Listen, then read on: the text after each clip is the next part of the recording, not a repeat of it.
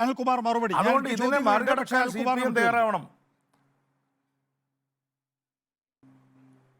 Party കൃത്യമായ രേഖകൾ സഹിതമാണ് അതിൻ്റെ ഫണ്ടും അക്കൗണ്ടും പ്രവർത്തനം നടത്തുന്നത്. അങ്ങ് പറഞ്ഞതിൽ പി ഗോവിന്ദപിള്ളയെക്കുറിച്ച് പറഞ്ഞപ്പോൾ ഞാൻ അത്ഭുതപ്പെട്ടു പോയി. ഭാഷാഭൂഷണിയിലെ ജോണി ലൂക്കോസുമായി നടത്തിയൊരു ഇൻ്റർവ്യൂ ഒക്കെയാണ് ആ കാര്യത്തിൽ ഉണ്ടായെന്നാണ് ഞാൻ കേട്ടത്. അതിനപ്പുറം ഒരു കഥ പുതുതായിട്ടാണോ എന്ന് എനിക്കറിയത്തില്ല. എന്തായാലും ഒരു കാര്യം പറയാൻ ആഗ്രഹിക്കുന്നു. ഇവിടെ UDF എന്ന് പറയുന്ന ഒരു മിനിറ്റ് വസ്തുതയെ കുറിച്ച് പറഞ്ഞുകൊണ്ട് പറയാണ്. പി ഗോവിന്ദപിള്ളയുടെ പേര്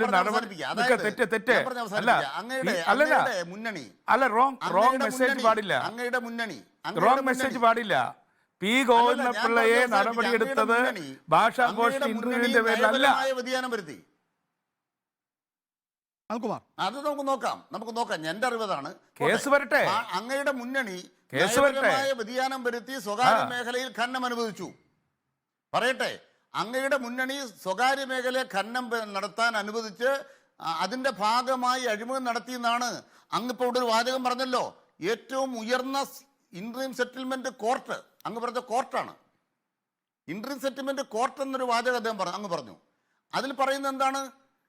UDFന്റെ സെക്രട്ടറി പറയുകയാണ്, അവര് വ്യക്തിപരമായി ന്യായീകരിച്ചോട്ടെ. ആര്? ഈ നയപരമായ തീരുമാനമെടുത്ത UDFന്റെ നേതാക്കന്മാർ വ്യക്തിപരമായി ന്യായീകരിക്കണം.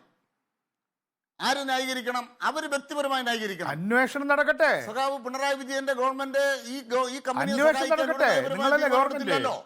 അപ്പൊ അങ്ങയുടെ വാദം എന്താണ്? തീരുമാനമെടുത്ത UDF സെറ്റിൽമെന്റ് ബോർഡിന്റെ ഉത്തരവിൽ പറയുന്ന UDF നേതാക്കന്മാരെല്ലാം വ്യക്തിപരമായ ഉത്തരം പറഞ്ഞാൽ മതി, ഞങ്ങൾ രാഷ്ട്രീയമായ ഉത്തരം പറയണ്ട. പിന്നെയോ CPM ഒരു നയപരമായ തീരുമാനത്തിലും CPM പണം കൈപ്പറ്റിയിട്ടില്ല. ഒരു പറയട്ടെ നിയമാനുസരണം ഒരു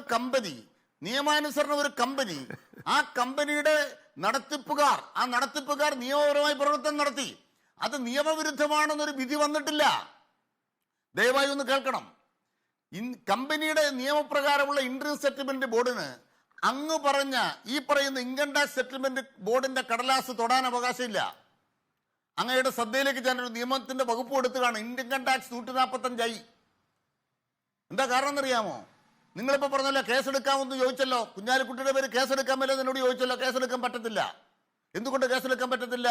145I പ്രകാരം ഏതാണോ വീണയ്ക്കെതിരായി ഉപയോഗിക്കുന്നത് അതേ കടലാസ് വെച്ച് വീണയ്ക്കെതിരായോ കുഞ്ഞാലിക്കുട്ടിക്കെതിരായിട്ടോ ചെന്നിത്തലയ്ക്കെതിരായിട്ടോ അന്തരിച്ച ഉമ്മൻചാണ്ടിക്കെതിരായിട്ടോ കേസെടുക്കാൻ പറ്റില്ല. അതിന് കാരണം എന്താണ്? 145I പറയുന്നത് court can be used in any legal proceeding.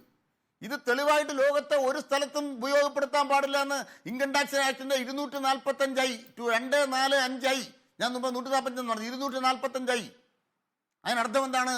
ഈ SFI എന്ന് പറയുന്ന ആളുകൾ വന്ന് ചോദിക്കുമ്പോൾ ഈ കരാറിനെ കുറിച്ച് ചോദിക്കാനല്ല വരുന്നത്. പിന്നെന്താണ്? കമ്പനി നിയമം ലംഘിച്ചോ എന്ന് ചോദിക്കുമ്പോൾ അങ്ങ് പറഞ്ഞൊരു ഭാഗമുണ്ട്. എന്താണ് ഭാഗം? കോൺഫ്ലിക്റ്റ് ഓഫ് ഇൻട്രസ്റ്റ് ഉണ്ടോ? ശരിയായ ചോദ്യമാണ്. കോൺഫ്ലിക്റ്റ് ഓഫ് ഇൻട്രസ്റ്റ് ഉണ്ടെങ്കിൽ ഈ കമ്പനി നിയമത്തിന്റെ 446 വകുപ്പ് പ്രകാരം അന്വേഷണം വരും. കുറ്റമാണ്, സീരിയസ് ഫ്രോഡാണ്. പക്ഷെ കോൺഫ്ലിക്റ്റ് ഓഫ് ഇൻട്രസ്റ്റ് എന്താണ്? ഈ രണ്ട് സ്ഥാപനത്തിനും ഒരേ ഡയറക്ടർ വേണം. ഞാൻ ഡയറക്ടർ ആയിരിക്കുന്നു, ഞാനെടുത്ത തീരുമാനം വഴി എൻ്റെ കമ്പനിയുടെ ഓഹരി ഉടമകളെ ഞാൻ പറ്റിക്കണം.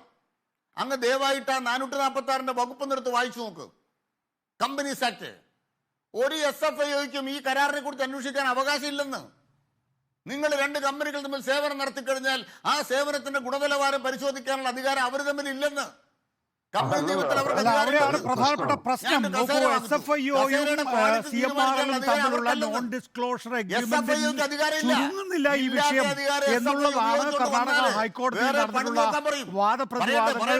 അതിനപ്പുറത്തേക്ക് KSIDCയെ കൂടി ഇതിൽ ഇൻവോൾവ് ചെയ്യിക്കാൻ കഴിഞ്ഞിരിക്കുന്നു. അതുമാത്രമല്ല, ഇത് വെറും ഒരു 1.72 അല്ല, നേരത്തെ CP ജോൺ പറഞ്ഞതിൽ നിന്ന് കുറച്ചുകൂടി വ്യത്യസ്തമായി 135 കോടിയുടെ ഇടപാടാണ് അന്വേഷിക്കുക എന്നുള്ളതാണ് അഡീഷണൽ സോളിസിറ്റർ ജനറൽ തന്നെ കോടതിയിൽ വ്യക്തമാക്കിയിട്ടുള്ളത്. അതിന്